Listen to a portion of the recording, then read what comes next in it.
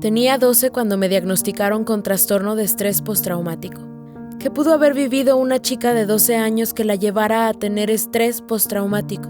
Algo tan simple como problemas familiares que se convirtieron en una avalancha que hicieron que mi infancia fuera difícil.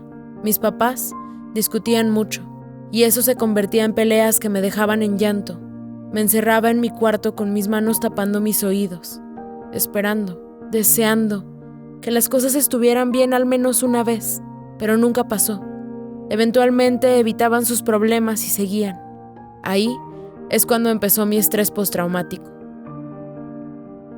Solo tenía a mi mamá, quien venía conmigo entre discusiones para decirme todo va a estar bien, mientras lágrimas escurrían de su cara, pero no era así. Una semana después, una orden judicial me obligó a mudarme con el hombre que la había lastimado, mi padre. Para entonces, yo vivía ataques de pánico que se disparaban con cualquier cosa. Pero a mi padre no le importaba. Me gritaba por tener ataques de ansiedad y su voz hacía eco en la pequeña casa. No podía comer, y cuando podía, no había comida. Sabía que no podía vivir así, pero ¿qué opción tenía? Así que me hundí en mis propios pensamientos mientras mi cuerpo gritaba por comida, por un poco de amor y cariño. Mi padre gritaba constantemente. Me llegué a preguntar si gritar era algo que venía de familia, algo que pudiera heredar yo también. Las noches que viví con él fueron las peores. Como animal nocturno, mi ansiedad incrementaba en las noches y no podía dormir porque tenía miedo a escuchar los pasos de mi padre. Mi cuerpo apenas podía resistir mi ansiedad. Estaba exhausta por pasar tantas noches sin dormir y días sin comer. Una noche recuerdo haber estado intentando dormir cuando comenzó un ataque de ansiedad. En las esquinas oscuras de mi cuarto vi algo entre las sombras. Asustada de siquiera moverme, me desmayé del cansancio. Viví así por más de 6 meses. Les tenía miedo a las personas y cuando alzaban la voz me daban ataques de pánico. Incluso las sombras a veces me paralizaban del miedo. Dejé de comer porque quería saber cuánto podía durar sin alimentos. Sabía que estaba mal, pero era la única manera en la que sabía cómo lidiar con el dolor. Luego, algo pasó con la orden judicial y ya podía mudarme de regreso con mi mamá. Por un par de semanas recuperé mi fuerza y pasé mucho tiempo con ella. Parecía que mis ataques de pánico habían desaparecido, pero cuando regresé a la escuela descubrí que no era así. Solo estaban escondidos.